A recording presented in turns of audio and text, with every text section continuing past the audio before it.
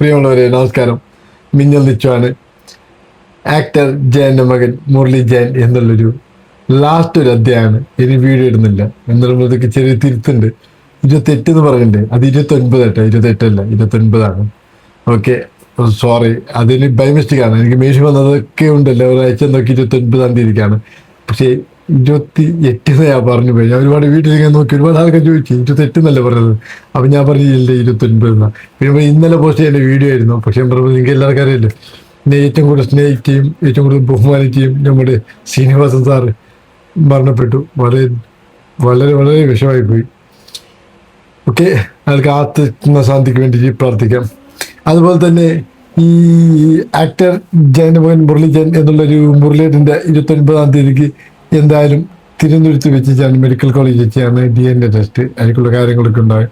പക്ഷെ പിന്നെ കാര്യമുണ്ട്, ഇതിൻ്റെ ഒരു തിരക്കിൻ്റെ ഒരു കാര്യം വിട്ടു. അയാളടുത്തേക്ക് നാളെ പോയിട്ട്, അതായത് തിങ്കളാഴ്ച 22 തീയതിക്ക് പോയിട്ട് അയാളിന്ന് കാര്യങ്ങളൊക്കെ ചെയ്തിട്ടുണ്ട്. ഒരു സിഗ്നേച്ചർ മേടിക്കാനുണ്ട്, ഒരു പേപ്പർ സിഗ്നേച്ചർ കിട്ടിയാൽ മാത്രം മതി. അത് സെഷൻസിൽ ഒന്ന് അപ്ലോഡ് ചെയ്തിട്ട് ഉള്ള ചെറിയ പരിപാടിയേ ഉള്ളൂ.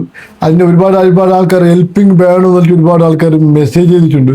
അവന്മാരെ ഹെൽപ്പിംഗ് വേണ്ടാത്തില്ല, ഒരിക്കലും വേണം. ഏതൊരു കാര്യത്തിലും എനിക്ക് ഹെൽപ്പ് വേണം. കാരണം പറയുമ്പോഴത്തേക്ക് ഈ ഒരു കാര്യം മാത്രമല്ല, ഒരുപാട് കാര്യങ്ങൾ അങ്ങനെ തെളിയാത്ത ഒരുപാട് കേസുകളും, അതുപോലെ തന്നെ തെളിയാത്ത ഒരുപാട് ആൾക്കാർക്ക് സമൂഹത്തിൻ്റെ മുമ്പിൽ ഒരുപാട് ആൾക്കാർക്ക് തലകുടിച്ച് നടക്കാൻ പറ്റാത്ത ആൾക്കാർ അവരുടെ മുമ്പിൽ സത്യം ഉണ്ടെങ്കിൽ അതെന്തായാലും നമുക്ക് തെളിയിക്കണം. അതുകൊണ്ട് ഒരുപാട് പ്രേക്ഷകർ ഒരുപാട് വീഡിയോ ഉദ്യോഗസ്ഥന്മാരെ ചോദിച്ചു എന്തെങ്കിലും ഹെൽപ്പ് വേണമെന്ന് പറഞ്ഞിട്ട് ഈ വീഡിയോ കാണുന്ന ആൾക്കാർ. അതുകൊണ്ട് ഞാൻ പറയുന്നുണ്ട്, എപ്പോഴും നിങ്ങൾ ഹെൽപ്പ് ഈ നിസ്സാർന്നൊരു വ്യക്തിക്ക് വേണം. നിസ്സാർന്നൊരു വ്യക്തിക്ക് എപ്പോഴും എല്ലാവരും ഒരു ഹെൽപ്പ് വേണം. അത് ശത്രുക്കളായിക്കോട്ടെ മിത്രക്കളായിക്കോട്ടെ. ദൈവാനുഗ്രഹിച്ച് എനിക്ക് ശത്രുക്കളില്ല പറഞ്ഞുള്ളൂ, പക്ഷെ എല്ലാവരും ഹെൽപ്പും എനിക്ക് വേണം. ഹെൽപ്പില്ലാതെ ഒരാൾക്ക് ജീവിക്കാൻ പറ്റില്ല. എല്ലാവരും ഹെൽപ്പ് കൊണ്ടല്ലേ ജീവിക്കുന്നത് തന്നെ. എല്ലാവരും ഓരോ ആൾക്കാരെ ഓരോ ഹെൽപ്പ് കൊണ്ടാണ് ജീവിക്കുന്നത്.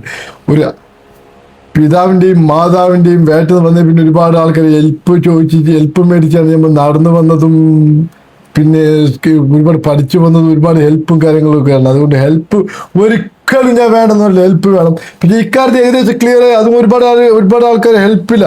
ഉദാഹരണത്തിന് വീഡിയോ ഇട്ട ഒരാൾ ഞാനാണെങ്കിലും 10 ഒരു 35-40 ആൾക്കാരെ കൈ കൊണ്ടാണ് ഇവിടം വരെ എത്തിയത്. എൻ്റെ ഒറ്റ ഒരു കൈ ഞാൻ ഒന്നും ചെയ്തിട്ടില്ല. ഞാൻ ഒരുപാട് ചെറിയൊരു ചാനലിന് വേണ്ടി ഞമ്മളത് മാത്രമേ ആയിരുന്നുള്ളൂ. ബാക്കിയൊക്കെ ഒരുപാട് ഉദ്യോഗസ്ഥന്മാർക്കും ഒരുപാട് ആൾക്കാർതാണ്. അതുകൊണ്ട് ഹെൽപ്പ് വേണ്ടെന്ന് പറയില്ല. ബാക്കിയുള്ള എല്ലാ കാര്യത്തിനും ഹെൽപ്പ് ചെയ്യണം. എന്ത് കാര്യത്തിൽ നിങ്ങൾ സഹായിക്കണം. അതുപോലെ തന്നെ എപ്പോഴും നിങ്ങൾ പ്രാർത്ഥിക്കണം എന്നേ ഞാൻ പറയുന്നുള്ളൂ. ആ പ്രാർത്ഥന എല്ലാ ആൾക്കാരുടെ പ്രാർത്ഥന നമുക്ക് വേണം. അതിൽ മതമില്ല, ജാതിയില്ല, ഒന്നുമില്ല. ദൈവം ഒന്നാണ്.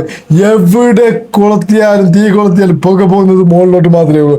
അതുകൊണ്ട് എവിടെ പ്രാർത്ഥിച്ചാലും ഈ പ്രാർത്ഥന കേൾക്കുന്നത് ഒരു ഒറ്റ ശക്തിക്ക് മാത്രമേ ഉള്ളൂ. അതുകൊണ്ട് എല്ലാ മതക്കാർ പ്രാർത്ഥന നമുക്ക് വേണം. ഞാൻ ഈ മതം കാര്യങ്ങളൊന്നും നോക്കാത്ത ഒരാൾക്കാർ, ഞാനും മനുഷ്യ സ്നേഹിയാണ്. അതുകൊണ്ട് പ്രാർത്ഥിക്കുന്നവർക്ക് പ്രാർത്ഥിക്കാം. നല്ല മനസ്സുകൊണ്ട് ആര് പ്രാർത്ഥിച്ചാലും അത് ദൈവം വിളി കേൾക്കും, പ്രകൃതി വിളി കേൾക്കും എന്നാണ് പറയുന്നത്. അതുകൊണ്ട് പ്രാർത്ഥന നമുക്ക് വേണം, സഹായം നമുക്ക് വേണം, എല്ലാം ഉണ്ട്. പക്ഷെ പറയുമ്പോഴത്തേക്ക് പിന്നെ ഇക്കാര്യത്തിൽ നിങ്ങൾ പ്രാർത്ഥിക്കണം. മറ്റൊന്ന് 29 തീയതിക്ക് നമ്മളെ മുരളിയേട്ടൻ്റെ എല്ലാം നല്ല വിജയിച്ച് വരാൻ വേണ്ടിയിട്ടുള്ള പ്രാർത്ഥന ചെയ്യണം.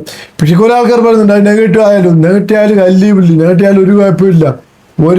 നെഗറ്റീവ് ഇതുവരെ ആയാലും ജീവിച്ചില്ല, ഏറ്റവും അങ്ങനെ ജീവിച്ചു പോകും. പക്ഷെ പോസിറ്റീവ് ആയാൽ അയാൾക്കൊരു സമൂഹത്തിന് മുമ്പിൽ എന്ന് പറയുമ്പോഴത്തേക്ക് തലമുക്കി നടക്കാൻ അത്രേ ഉള്ളൂ. അതുകൊണ്ടാണ് സംഭവിക്കുന്നത്. അപ്പോൾ എല്ലാവരും ഇത്രത്തോളം സപ്പോർട്ട് ചെയ്ത ആൾക്കാർ. മറ്റുള്ള കുറേ കേസുണ്ട്. ഈ കേസ് കഴിഞ്ഞാൽ 2-3 കേസ് വേറെ ഉണ്ട്.